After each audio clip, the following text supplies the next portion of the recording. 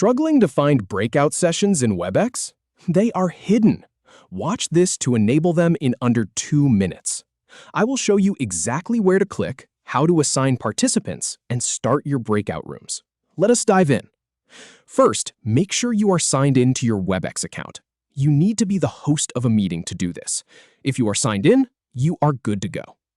Now, start a new meeting or join one where you are the host. Once you are inside the meeting, give it just a second to finish loading. You want to see the full meeting window with the controls at the bottom. Okay, here is the part that trips people up. Look at the bottom of your screen, right in the middle of the meeting controls. You will see the standard buttons for mute, video, and share. But there is a button that looks like 3 dots, just to the right of the share screen button. That is the More Options button. Click it. A small menu will pop up. Scroll down or look through the list, and you will see an option that says Enable Breakout Sessions. Click that. And here is the thing. Once you click it, a panel will open up on the right side of your screen.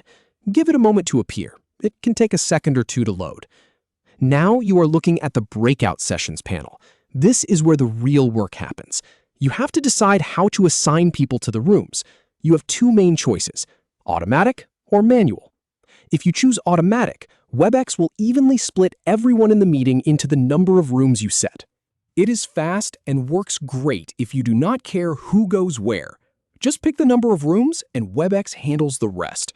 But if you want to be more deliberate, choose manual. This lets you drag and drop specific participants into specific rooms. I use manual when I want to mix up teams or make sure certain people are in the same room. You can even rename the rooms to something useful like Marketing Team or Project Alpha. That really helps everyone know where they should be. And here is the thing I have learned from testing this a lot. You can also move participants between rooms before you launch everything. So if you make a mistake, just drag their name to a different room. No stress.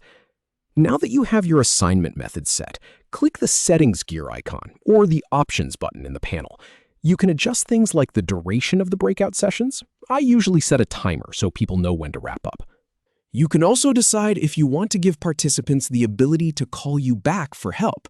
That is a nice feature if you are facilitating a workshop and need to check in on each group.